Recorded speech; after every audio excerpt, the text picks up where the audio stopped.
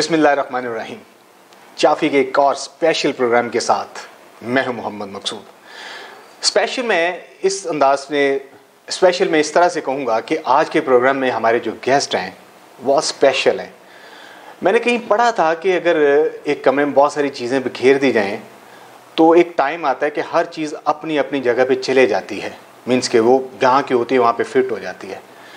इस चीज़ को अगर मैं थोड़ा सा लार्जर देन बड़े स्केल पे देखूं तो हमारे बहुत सारे ब्रेन, बहुत सारे जहन लोग आज फिट होने के लिए पाकिस्तान से बाहर गए हैं, तो वहाँ जाके तो वो फिट हो गए हैं। वो शायद यहाँ के लिए बने नहीं थे। ये सोचने वाली बात भी है और अफसोस वाली बात भी है कि वो जहन, वो ब्रेन जो पाकिस्तान में होने चाहिए आज पाकिस्तान में नहीं है, बाहर हैं। लेकिन उनकी पाकिस्तान से मोहब्बत कि वहाँ जाके भी उनके दिल पाकिस्तान के लिए धड़कते हैं। गाहे बगाहे वो पाकिस्तान आते जाते रहते हैं। उर्दू सॉफ्टवेयर का जब नया दौर था तो एक बड़ा क्रिज्मा था इसका कि हर बंदा चाह रहा था कि यार इस सॉफ्टवेयर से फ़ायदा उठाया जाए।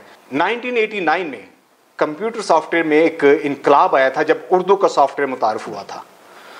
तो उनमें एक नाम हमारे साथ अदनान अलवी साहब, वो भी उसका हिस्सा थे, मीन्स के वो पायनियर थे।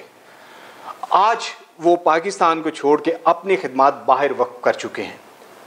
आज हम उनसे बात करेंगे, बहुत सारी बातें करेंगे, उनसे जानेंगे कि वो पाकिस्तान को छोड़ के बाहर क्यों चले गए और वहाँ पे वो क्या कर रहे हैं।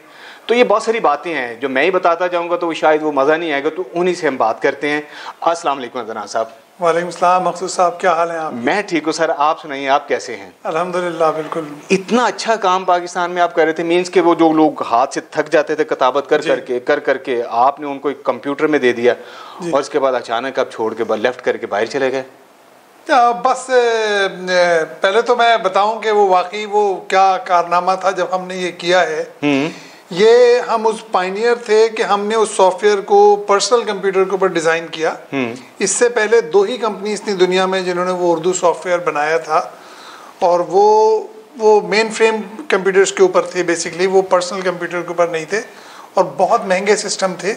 और वो उस ज़माने में जंग अखबार जो था वो यूज़ करता था वो, और एक और सिस्टम था वो हुर्रियत, जब वो पुराने डॉन ग्रुप के पास था उस वक्त वो यूज़ किया करते थे वो उस प्रोग्राम को। इसके अलावा फिर तीसरा हमने बनाया तो उसका सारा क्रेडिट बेसिकली मेरे बड़े भाई इनाम अलवी को जाता है। उन्होंने ही इसको डिज़ाइन किया था, वो आईटी स्पेशलिस्ट थे। पूरे सिस्टम को डिज़ाइन किया, कंपनी लॉन्च की पाकिस्तान में, और हमने जब वो सॉफ्टवेयर बनाकर यहाँ लॉन्च किया, यकीन करें लोग हमें कातिबों के उस जमाने में इतने नखरे होते थे, अगर जी, क्योंकि अखबार तो निकल ही नहीं सकता जब तक लिख लिया ना जाए। तो वो मालिकान हमको बताते थे कि यार आपने तो वो कारनामा अंजाम दिया है कि हमारी इनसे जान छुड़वाई है कातिबों से, क्योंकि वो ये कहते थे कि हम इनके हाथों ब्लैकमेल होते हैं। सही है। इस सॉफ्टवेयर के बाद तो दुनिया ही बदल गई ना।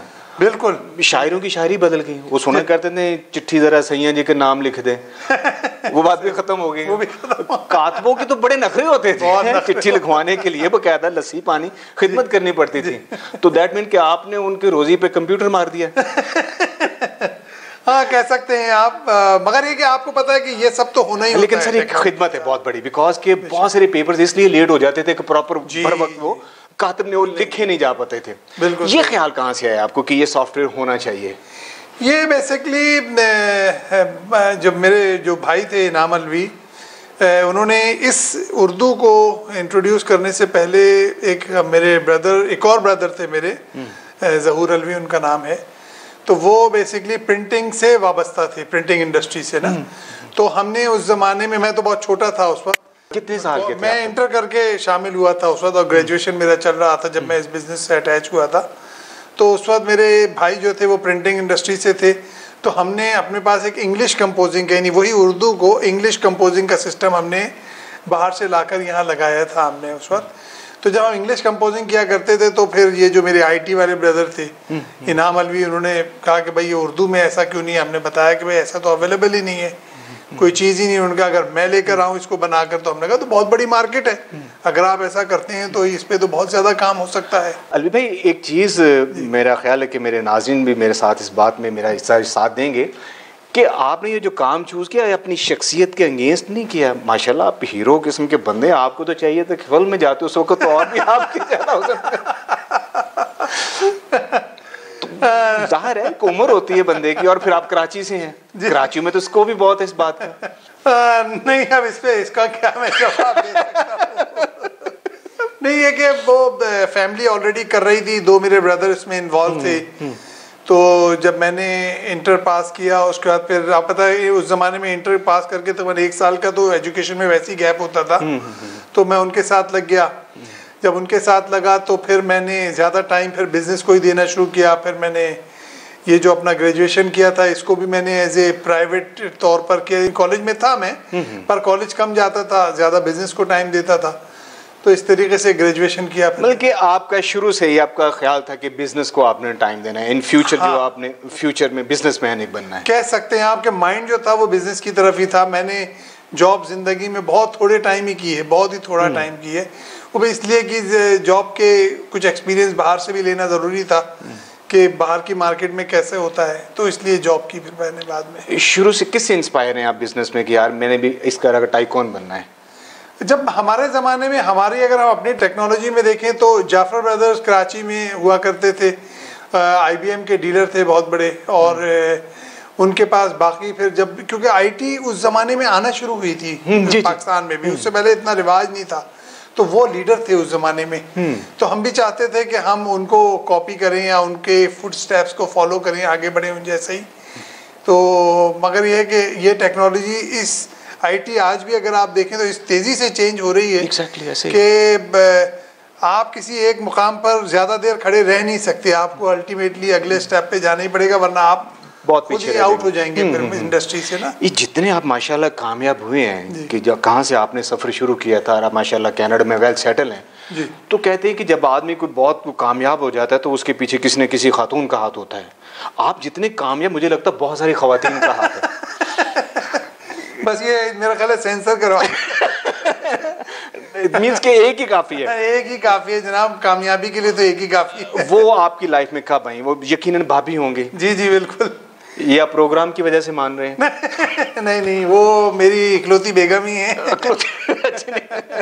और मेरी शादी 1997 में हुई। आप पाकिस्तान में थे तब? उस वक्त पाकिस्तान में थे। तो सर शादी करके आप फौरन बाहर चले गए? नहीं, फौरन तो नहीं गया था मैं। एक्चुअली हमारा क्या हुआ था कि जब कंपनी हमने ये इनाम अलवी कंप्यूटर्स खोली थी तो पता है आपको ये सॉफ्टवेयर बेस्ड कंपनी थी और सॉफ्टवेयर पे सारा बेस्ड कर रही थी। तो अब हुआ ये कि कुछ अरसे के बाद यानी तकरीबन कुछ 7-8 सालों में हुआ ये कि ये कंपनी का सॉफ्टवेयर ब्रेक हो गया।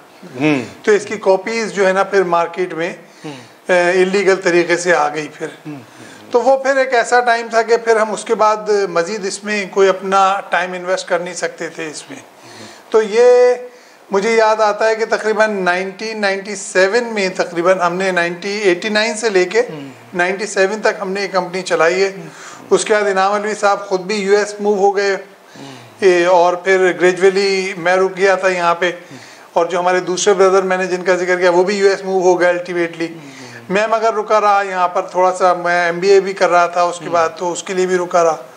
और शादी हो गई थी मेरी, कुछ अरसे मैंने यहाँ प्राइवेट इदारों में जॉब की। अब मेरा सेल्स एंड मार्केटिंग, क्योंकि मैं बिजनेस से रिलेटेड था तो सेल्स एंड मार्केटिंग ही मेरा ज़्यादा शौक था।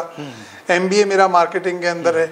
तो काम करके फिर मैं तकरीबन 2004 में फिर मैं यहाँ से खैर बात कह दिया, मैंने बाहर चले गए। बाहर जाने से पहले पाकिस्तान में एक जो आपके हल्का है आपके जो दोस्त में, एक उनमें नाम मुनव्वर अतीक साहब का भी है। जी बिल्कुल है, जो हमारे वैल्यूज़ के CEO भी हैं।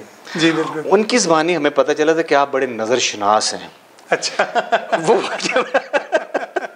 मैं चाहूँगा कि वाकई वो आप खुद सुनाएं कि क्योंकि वो मुनव्वर साहब बड़ा अरसा उन्होंने ट्रैवल किया है लाहौर टू इस्लामाबाद, वो गाड़ी चला के आते थे जाते थे। तो एक दिन अचानक ही उन पे ये इंकशाफ हो कि उनकी नज़र बहुत वीक है। जी। ओ माय गॉड, जो वो वाकया सुनाते हैं कि वो इस तरह से ट्रैवल कर रहे तो उनको सामने कुछ भी आ रहा तो बहुत ज़्यादा पता नहीं चलता। इवन के वो बताते हैं कि एक दिन वो ट्राला होता है बड़ा, तो उसके नीचे चले गए और फिर निकल भी आए हैं। मीन्स के गाड़ी भी चल रही है, ट्राला भी चल रहा है, वो उसके अंदर घुस के निकल भी गए तो उनको पता ही नहीं चला। तो एक दिन मैच देख रहे थे तो फिर ये अलवी साहब ने उनको बताया कि नहीं भाई बात कुछ और है। सर वो क्या वाकया था? भाई वो ऐसा ही था कि वो स्क्रीन के ऊपर, आप पता कि जब वो आजकल क्रिकेट जब चलती है एग्जैक्टली तो वो स्क्रीन के नीचे छोटा सा स्कोर बोर्ड चल रहा होता है, उसमें आ रहा होता है कि अब कितना स्कोर है क्या। तो मैं और मुनव्वर जो है दोनों मैच देख रहे थे, तो मैं बताता जा रहा हूँ हाँ भाई अब ये 204 रन हो गए, 206 हो गए। तो ये मुझसे हैरत समझ रही, आपको कैसे पता चल रहा है कि इतने स्कोर हो गए? मैंने भाई वो सामने स्क्रीन पे लिखा हुआ तो आ रहा है। अच्छा। तो कह रहे मुझे तो नजर ही नहीं आ रहा। मैंने मुनव्वर कोई और मसला नहीं, तुम्हारी नजर ही खराब है। खराब नहीं, मैं तो कमजोर है। तो फिर हम लोग जब वो मैच खत्म हुआ तो हम फिर गए सीधा ऑप्टिकल स्टोर के ऊपर। मैंने भाई इनकी तो पहले आई साइड ही चेक करो। तो चेक की तो पता चला कि इनको तो काफी बड़ा नंबर लगने वाला। My God. अच्छा। तो उनकी जो थी, जो आई साइड के करीब की जो थी वो वीक थी बेसिकली। तो वो फिर इनको वहाँ हमने फिर जाके कितने अरसे बाद जाके इनको, मुझे हैरत है कि इनको एहसास नहीं रहा होगा, क्योंकि काफी अरसे से आप साथ थे। जी, हमें भी कभी ऐसा जरूरत नहीं पड़ी, बस वो देखे उस दिन पता चलना था तो पता चल गया कि यार इनको तो नजर नहीं आ रहा। मतलब वो समय तो जो सामने नजर आ रहा है बस गुजारा हो रहा है, वो कहते दूसरों को भी यही नजर आता है जो मुझे नजर आ रहा है। वो ऐसे ही दिखता होगा सबको। अच्छा सर, बाहर जाने की वजह क्या बनी? देखिए पाकिस्तान में आज भी मैं देखता हूँ, जब मैं आता हूँ क्योंकि काफ़ी फ्रिक्वेंटली मैं आता रहता हूँ, यहाँ पर मुझे लगता है कि तरक्की के वो मौके नहीं हैं। यहाँ टैलेंट बहुत है पाकिस्तान के अंदर, ठीक है। तो एक तो वो जब टैलेंट होता है तो जब उस टैलेंट को आपको मैच्योर करना है, यानी कोई भी आपके जहन में कोई आइडिया है कोई चीज़ बनाने का, या कोई आपने तो कोई चीज़ बना ली है, इन्वेंट कर ली है, उसको आपको आगे बढ़ाना है, उसको प्रोडक्शन की तरफ लेके आना है, तो वो मौके नहीं है यहाँ पर। ना आपको गवर्नमेंट की तरफ से कोई सपोर्ट है, ना प्राइवेट सेक्टर को बैंक्स वगैरह ऐसी हैं जो आप पे ट्रस्ट करके उस चीज़ को प्रमोट करने के लिए आपको को फंडिंग दे सकें। क्योंकि आपको पता है कि कोई भी आइडिया आ तो जाता है आपका, आप उस पर काम भी कर लेते हैं, मगर उसको पब्लिक में लाने के लिए पैसा चाहिए उसको। एग्जैक्टली। तो अगर पैसा आपके पास नहीं है तो फिर आप स्टक हो जाएंगे, कर नहीं पाएंगे, और जब उसको नहीं कर पाएंगे तो उसका असर आपकी पर्सनैलिटी के ऊपर होगा और आप अंदर से टूटने शुरू हो जाएंगे, डिप्रेस हो जाएंगे, यार इतनी अच्छी चीज़ मैंने बनाई है और मेरे ब्रीफ केस में पड़ी रह गई है, ये आगे नहीं जा रही है। तो यहाँ का यही मेरा ख्याल है कि जो सबसे बड़ा मैं समझता हूँ जो अलमिया है हमारा, वो यही है कि हम यहाँ के नौजवानों को मौके नहीं मिलते हैं आगे बढ़ने के। इसलिए मुझ जैसे कई लोग जो हैं वो फिर बाहर का रुख करते हैं कि यार यहाँ नहीं है तो चलो बाहर जाएं। Exactly. और ऑब्वियसली सब लोग जब बाहर निकलते हैं तो कामयाब होते हैं। सर मुझे अच्छी तरह से याद है, मेरे एक प्रोग्राम में एक साहब तशरीफ लाए थे बाहर से, तो बाकायदा आप दीदा हो गए थे इस बात पे कि मैं शौक से नहीं गया। जी जी जी। मैंने इतना पैसा ला के इतना टाइम दे के अपने आप को डॉक्टर बनाया है, अपने वालिदैन के हवाले से बताता कि उन्होंने भूखे पेट रह के मुझे पढ़ाया है। और यहाँ जब कुछ करने का वक्त आया तो बस मैं CV लेके घूम रहा था, कभी इधर कभी उधर, तो फिर मुझे मौका न मिला। और बाकायदा उसने रोते हुए कि वीडियो अपनी अपलोड की कि आज मैं पाकिस्तान को छोड़ के जा रहा हूँ। और मुझे दुख हो रहा है कि मैं अपना टैलेंट कहीं और जाके, मैंने यहाँ से सीखा इन लोगों में रह के, लेकिन अब मैं खिदमत कहीं और जाके करूँगा। क्या समझते ये कब तक ऐसे सिलसिला चलता रहेगा? असल में ये तो एक बड़ी लंबी मेरे ख्याल में बात है कि इसको कैसे सही किया जा सकता है। इसमें सिर्फ गवर्नमेंट को नहीं, मेरा ख्याल है जो इसके सेकेंडरी स्टेक होल्डर्स हैं, जो प्राइवेट सेक्टर है, इसको भी आगे आना पड़ेगा, अपना रोल निभाना पड़ेगा। और ओवरऑल एक सर मैंने बात कहीं पढ़ा हुआ था कि कामयाब होने के लिए आजकल ना आपको बहुत ज़्यादा तरद्दुद की ज़रूरत नहीं पड़ती। भाई जो आदमी कामयाब हो गया उसके पाँव पे पाँव रख के चलते जाएं, आप कामयाब हो जाएंगे। ये हो सकता है बिल्कुल। अगर आप वहाँ पे बाहर गए, हमारे पाकिस्तानी लाइक दैट यू, आप बाहर जाके माशाल्लाह एक सक्सेसफुल लाइफ गुजार रहे हैं, तो आइडियाज हम पाकिस्तान से इधर क्यों नहीं शेयर हो सकता है कि भाई मैं यहाँ से गया हूँ आपके जैसा हूँ, यहाँ के पला बड़ा हूँ, वहाँ जाके मैंने सक्सेस हो रहा हूँ, तो आप भी ऐसे करना शुरू कर दें। देखिए वो हो सकता है काम, और मैं बताऊँ आपको, मेरे अपने भी जो हमारा बड़ा सर्किल है वहाँ पर, और हम अक्सर ये बात करते हैं कि यार ये आइडिया बहुत अच्छा है, जो आइडियाज हम वहाँ देखते हैं, और हम यही सोचते हैं कि यार इन आइडियाज को एज इज उठा के हम अपने मुल्क में इम्प्लीमेंट कर सकते हैं। ठीक है, उससे ऑब्वियसली यहाँ पर रोज़गार के नए मौके भी पैदा होंगे और टेक्नोलॉजी भी वहाँ से बाहर से यहाँ आ जाएगी। लेकिन लोग जो है पाकिस्तान की गवर्नमेंट की पॉलिसीज पर ट्रस्ट नहीं करते हैं, बेसिकली ट्रस्ट नहीं करते। वो यही कहते हैं कि यार वहाँ से मिलियंस ऑफ डॉलर लेके यहाँ आ जाएंगे अपनी आइडिया के साथ, अपने पैसे के साथ, वहाँ से छोड़ के भी आ जाएंगे कई लोग, और यहाँ आके आपको पता है कि न्यू बिजनेस करना इतना आसान नहीं है। जो यहाँ की अथॉरिटीज़ हैं, जो बॉडीज़ हैं, जो रेगुलेटरी बॉडीज़ हैं, उनसे निमटना फिर हर एक के बस का नहीं है। और ख़ास तौर पे मैं समझता हूँ, क्योंकि मैं यहाँ काफ़ी आता रहता हूँ, तो मैं यही देखता हूँ कि यार मैं यहाँ पर मिसफिट हूँ अब ना चीज़ों के अंदर, क्योंकि माशाल्लाह आप अच्छे खासे फिट हैं। नहीं, उस लिहाज से सिस्टम में अंदर मैं देखता हूँ कि हम उसको हैंडल नहीं कर पाते, क्योंकि अब हमारी आदत हो गई है वहाँ पर स्ट्रेट रहने की ना। जो होती है चीज़ वहाँ, आपको पता ही होगा कि उन कंट्रीज़ के अंदर आपको अपना कोई भी काम करवाना है तो आपको कोई 2 नंबर रास्ता इख्तियार करने की ज़रूरत नहीं है। जो चीज़ होगी, पासपोर्ट बनना है या आपको लेट्स से अपना घर बनाना है, आपको उसके परमिट्स अप्रूव कराने के, यहाँ से गया तो आपको तो बड़ा अजनबी सी नहीं फील होता होगा कि यार 2 नंबर ही नहीं करते, मिट्टी कट्टा नहीं है यहाँ पे भी, कोई लोग झूठी नहीं बोलते। नहीं, वो इत्तेफाक से मैं समझता हूँ कि मैं शायद इस मुल्क के लिए बना नहीं था। मैं जब उस जमाने में भी था तो आप यकीन करेंगे कि ना तो मैं कभी सिग्नल तोड़ता था, मैं कराची का रहने वाला हूँ, और मुझे अभी तक याद है मेरा ऑफिस वहाँ डिफेंस, कराची के डिफेंस में होता था। तो वहाँ डिफेंस में क्या था कि ट्रैफिक बहुत कम होता था और उन्होंने जगह जगह ट्रैफिक लाइट्स लगा दिए थे। तो अब जब हमारी अगर रेड है तो मुझे अच्छी तरह याद है कि मैं अपनी रेड लाइट पे खड़ा हुआ हूँ। इवन मेरे ऑफिस का कोई कुलीग मेरे साथ बैठा हुआ है तो ये अरे सर कुछ भी नहीं है, रेड लाइट है, कोई गाड़ी तो आने निकले चले, पर मैं नहीं करता था वो चीज़ें। मुझे लगता है मेरी आदत ही नहीं थी। मुझे यार अब रेड है तो खड़े होना है तो खड़े होना है। तो शुरू से असूल परस्त है, मेरा ख्याल है। मैं तो हमेशा डिसिप्लिन को फॉलो किया। दैट मीन कि आपने कि उन लोगों ने बुला लिया ये तो हमारा बच्चा है, पाकिस्तान में कहाँ रुक रहा है। तो ये इसको आप कोई भी कहे, पर ये है कि मैं समझता हूँ, देखिए हर आदमी अगर डिसिप्लिन को फॉलो करेगा तभी हम किसी अच्छे माशरे को तश्कील दे सकते हैं। अदरवाइज तो फिर हम में और जानवर में आप पता कोई फ़र्क ही नहीं है। अब सोसाइटी के लिहाज से अगर हम बात करते हैं कि आप माशाल्लाह बड़े करीब से उन लोगों को देख रहे हैं जी, और जब पाकिस्तान आते हैं तो जाहिर है कि अपने लोगों को मिलते गिलते हैं सारे यहाँ के, तो क्या फील करते हैं जब यहाँ पे आते हैं? तो फीलिंग्स का कोई चेंज हो जाता है, जब वहाँ जाते हैं तो क्या फील करते हैं? लोगों के एटीट्यूड का फ़र्क है, मैं समझता हूँ वो फ़र्क। हालांकि अब मैं कहता नहीं उस बात को, हालांकि आप वहाँ देखें, वहाँ रिलीजियसली कोई ट्रेनिंग नहीं है, उनका कोई मज़हब नहीं है, किसी मज़हब के वो पैरोकार नहीं है, वो लिबरल लाइफ जीते हैं और उनका जो भी लाइफ स्टाइल है या जो उनको सिविक सेंस है वो स्कूलों से बच्चों को सिखाया जाता है। हमारे यहाँ घर से भी ट्रेनिंग होती है, मजहब वाइज भी ट्रेनिंग होती है, स्कूलों में भी ट्रेनिंग है, मगर हम सीख नहीं पाते। उसकी वजह क्या है? मुझे एक वाकया याद है अच्छी तरह, मेरी आंखों के सामने क्या वाकया है कि दूध का गिलास पकड़ा है किसी साहब ने और सड़क क्रॉस कर रहे हैं, सडनली किसी गाड़ी को स्टक होने लगे तो बचे हैं, गिलास हवा में उछला कि यार ये जो वजीर आज़म है सारा कसूर ही उसका है। आप यकीन कीजिए कि मेरी सच्ची मुझे हंसी भी निकली, मैं हैरत से देख रहा हूँ कि भाई अभी ये इशारा खुला नहीं है, आप क्रॉस कर रहे हो, इसमें वजीर आज़म गवर्नमेंट का क्या कसूर है? वो हर आदमी ने असल में दूसरे को इल्जाम देना है। गवर्नमेंट ये तो नहीं कहती ना आप झूठ बोलना शुरू कर दें, ये तो नहीं कहते कि आप बाजारों में सरेआम स्पिट करते फिरें, आप अपने आप को साफ सुथरा रखें, इशारा नहीं तोड़ना।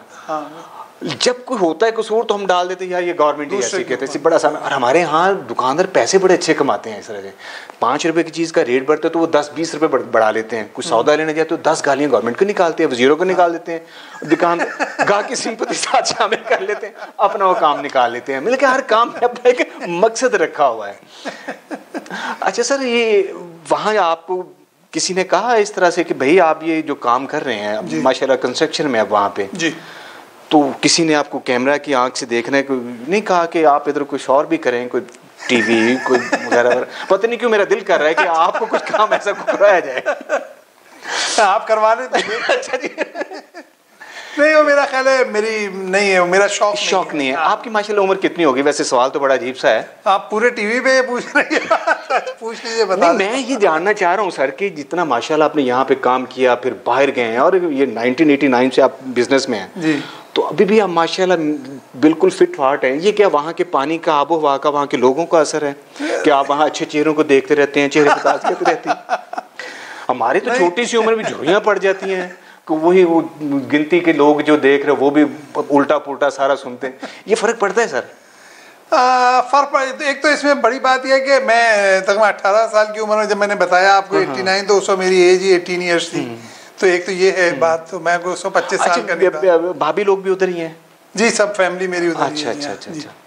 तो बाकी वैसे ये कि ओवरऑल एटमॉस्फेयर का, इन चीज़ों का सेहत पे इंसान के असर तो पड़ता ही है ना, मौसम का और सारी चीज़ों का, फैसिलिटीज़ का। स्ट्रेस नहीं है वहाँ पर लाइफ के अंदर, बिल्कुल भी नहीं है। किसी किस्म का नहीं है। अगर आपके बच्चे स्कूल जा रहे हैं तो आपको ये नहीं है कि अरे यार वो रोड कैसे क्रॉस करेंगे, या कोई खुदा ना करे किडनैप ना कर ले, सारी चीज़ें हैं।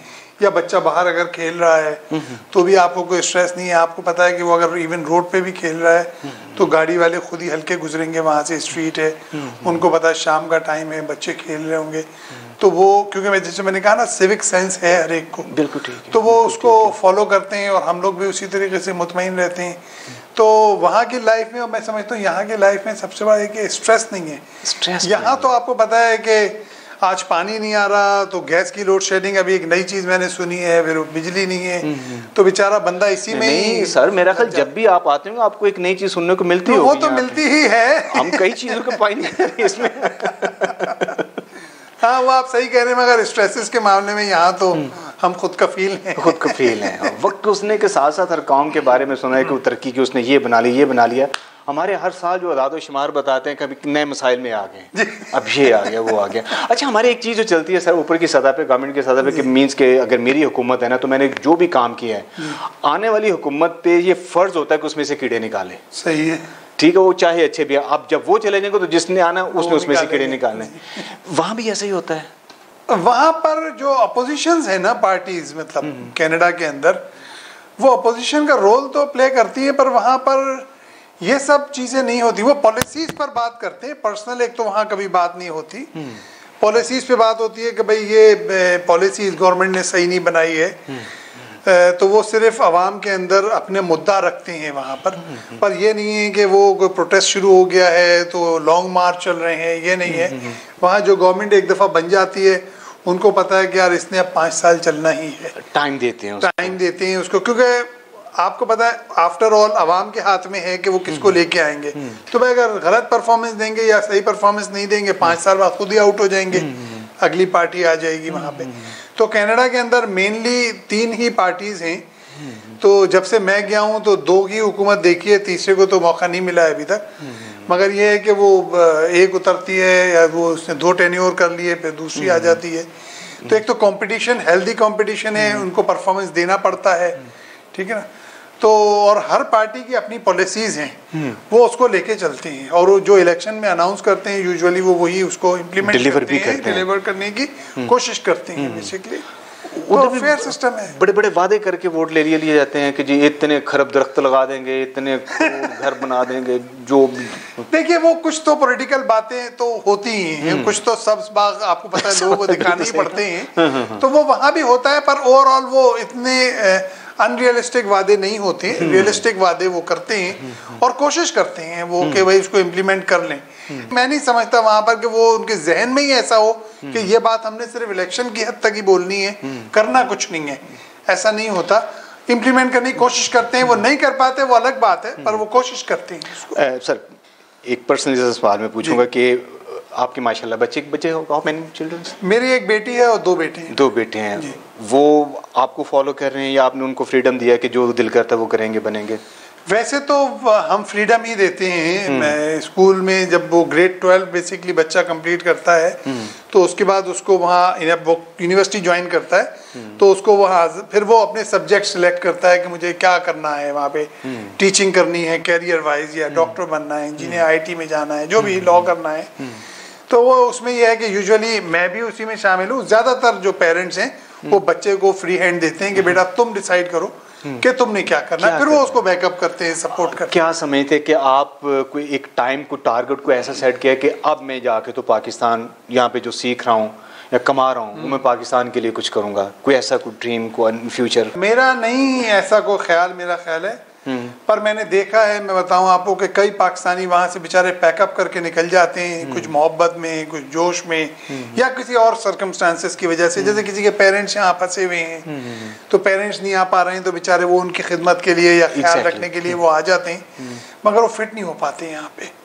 99% मैंने देखा वो अपना पैकअप करके पाकिस्तान से वापस आ जाते हैं, फिर उनको वापस जाना, फिर वापस जाकर फिर जीरो से स्टार्ट करते हैं वहाँ पे। दैट मीन्स सर कि वो एक लाइफ ही और है। लाइफ हो रही है, बंदा मैंने आपसे कहा ना फिट नहीं हो पाता, मजबूरी में तो रह लेता है। माने किसी के बूढ़े पेरेंट्स हैं यहाँ पे, अब वो बंदा फैमिली को लेके आ गया, खिदमत करनी है पेरेंट्स की, तो वो जब तक पेरेंट्स हयात रहते हैं तो वो लगा रहता है, क्योंकि सामने उसके एक ऑब्जेक्टिव है कि यार ये करना है मैंने काम। जब वो ऑब्जेक्टिव खत्म हो गया, सर अल्टीमेटली जो आया इस दुनिया में उसने जाना भी है ना सर। तो अगर पेरेंट्स उसके चले गए तो कहता है मेरा बचा ही गया दुनिया, इस कंट्री में क्या बचा है, वो वापस चला जाता है। क्योंकि यहाँ मुश्किलात तो है ना बहुत ज्यादा, वहां से तो मतलब ना तो मैं बताऊं कि यहाँ रहने वाले उसको उस कॉन्सेप्ट को समझ नहीं सकते लाइफ का। कुछ समझ भी लेते होंगे क्योंकि आजकल तो आप पता है कम्युनिकेशन और दुनिया जो है इंटरनेट के थ्रू इतना जुड़ चुकी है कि वहाँ क्या वेदर है वो यहाँ सबको पता चल रहा है, या वहाँ क्या हो रहा है वो भी पता चल रहा है। तो कॉन्सेप्ट अब ज़्यादा आ गए हैं, पर फिर भी बहुत फ़र्क है। लोगों को पता नहीं है कि एक्चुअल लाइफ होती क्या है। क्योंकि यहाँ बेचारे मैं लोगों को देखता हूँ कि वो बहुत टफ ज़िंदगी गुजारते हैं, बहुत टफ ज़िंदगी, ख़ासतौर पर जो गुर्बत है। कल ही मैं और मुनव्वर इत्तेफाक से साथ ही कहीं जा रहे थे, तो हमसे आगे जो एक रिक्शा चल रहा था उसका एक व्हील निकल के रोड पे चलते चलते निकल गया और उसने बड़ी मुश्किल से साइड में ले जाके, तो मैं यही दुखी हो रहा था कि यार बेचारा वो उस बेचारे को पता होगा कि मेरा ये निकलने वाला है, मगर वो भी टाइम खींच रहा होगा कि यार थोड़ा ये जॉब कर लूँ उसके बाद मैं करता हूँ। तो बड़ी टफ लाइफ है यहाँ पे सर। वहाँ के भी कुछ ऐसे हालात हैं, कोई ऐसी कोई गुर्बत का कोई एक लेवल कोई? देखिए वहाँ पर हैं, गरीब भी हैं वहाँ पर। अब बल्कि पिछले मैं कुछ सालों में देखता हूँ कि कुछ बैगर वहाँ पर आ गए हैं जो कि भीख मांगते हुए देखे गए। तो बैगर्स भी बड़े अमीर होंगे। नहीं, वो मेरा ख्याल है वो कुछ नशा करने वाले लोग होते हैं वहाँ भी, जो मुझे लगता है कि वो नशा करते हैं तो उसकी वजह से वो काम वगैरह नहीं कर पाते होंगे तो वो भीख मांगते हैं, वरना वो तो लैंड ऑफ अपॉर्चुनिटीज है सर। मैं अपना बताऊं सर, मैं खाली हाथ गया था यहाँ से, कुछ भी नहीं था मेरे पास, पर अल्हम्दुलिल्लाह आज अल्लाह ताला ने बहुत नवाजा है। ठीक है ना। दुनिया घूमी आपने सर? काफ़ी कंट्रीज में गया हूँ मैं जी। मैं फॉर एग्जांपल यूरोप में गया हुआ हूँ मैं, और पाकिस्तान और मिडल ईस्ट, यूएस। ऑनेस्टली बेहतरीन किसको शहर करार देंगे? मैं तो अपने कंट्री को ही कहूँगा, कनाडा। ये तो इसलिए कि यू आर पाकिस्तान नहीं, पाकिस्तान तो कई मयार पे अगर देखें तो बहुत पीछे है। कनाडा इसलिए मैं कहूँगा यूएस से भी बेटर मुझे इसलिए लगता है कि इनकी जो पॉलिसीज़ है ना वो बहुत ही मुनसिफाना है, लिबरल हैं, प्राइवेसी का बहुत ख्याल रखा जाता है। इवन मैं बताऊं कि मैं कहीं कल इत्तेफाक से कहीं जिक्र कर रहा था, जॉब इंटरव्यू के दरमियान आप ना तो एप्लीकेंट से ना उसकी एज पूछ सकते हैं, ना उससे ये पूछ सकते हैं कि मैरिड हो या नहीं हो, ना उससे आप ये पूछ सकते हैं कि तुम्हारा क्या रिलीजन है, ना उससे आप ये पूछ सकते हैं कि बैक होम में तुम्हारा किस कंट्री से ताल्लुक है। ये सारे सवाल आप उससे सिर्फ उसकी काबिलियत, उसकी एजुकेशन पे बात कर सकते हैं, उसके एक्सपीरियंस पे बात कर सकते हैं, उस पे सवाल कर सकते हैं। आपने बड़ी अजीब सी सर बात बताई है, और हमारे यहाँ तो टॉप प्रायोरिटी पे चीजें ये होती है। हमारे यहाँ तो ये तक पूछते हैं कि तुम सुन्नी हो। अल्लाह माफ करे। तो पता नहीं क्या रह गया, मतलब हमारे यहाँ जो है इंटरव्यू वो तो पता नहीं किस उसमें जाके लेते होंगे। वहाँ पे सिर्फ उस जॉब से मुताल्लिक बातचीत की जाती है कि भाई ये पोस्ट है सब बिजनेस नहीं, जैसे हट के भी कोई आप में इसके कोई थोड़ा सा कोई शायराना माहौल को मीन कहा, मुनव्वर साहब आपके बड़े करीबी तो वो तो एक अदीब है माशाल्लाह, शायरी भी करते हैं और बड़े अच्छे मुसन्नफ़ हैं, बोलते बहुत अच्छा है। तो आपके अंदर वो कुछ भी ट्रांसफ़र नहीं हुआ उनका? नहीं, मेरे अंदर ट्रांसफ़र हुआ। मैं कनाडा में मैं जो हूँ वो 2-3 मैंने काम किए हैं जो मैंने शायद यहाँ नहीं किए थे। एक तो है कि मैंने वहाँ काफ़ी अर्से रेडियो प्रोग्राम करता रहा हूँ मैं। अरे ग्रेट जी, एज ए होस्ट मैंने रेडियो किया है। रात का टाइम मैंने खुद लिया था डेलिबरेटली, क्योंकि दिन में मैं अपने कामों में बिजी था। तो मैंने तकरीबन 6 महीने वो रेडियो प्रोग्राम किया वहाँ से। तो उसमें वो जनरली हम उसमें शायरी का भी सेगमेंट होता था और सारी चीज़ें करते थे, गाने भी चलाते थे बीच में। तो वो मैंने किया, शौक था मेरा वो। अच्छा, शायरी हमें तो नहीं ना हो जाती सर, उसके लिए कोई वजह होती है? नहीं, आप जहाँ जाना चाह रहे। इसके अलावा कनाडा में जो है वो एक नॉन प्रॉफिट ऑर्गेनाइजेशन है वहाँ हमारी, हेल्प मी प्रोजेक्ट्स के नाम से। तो मैं उनका बोर्ड ऑफ डायरेक्टर्स में से हूँ मैं, और मैं बड़ा फ़ख्र से मैं हमेशा महफिलों में बताता हूँ कि मैंने इस ऑर्गेनाइजेशन को एज ए वॉलंटियर ज्वाइन किया था और वहाँ से मैं तरक्की करता हुआ अभी मैं बोर्ड ऑफ डायरेक्टर्स में से हूँ।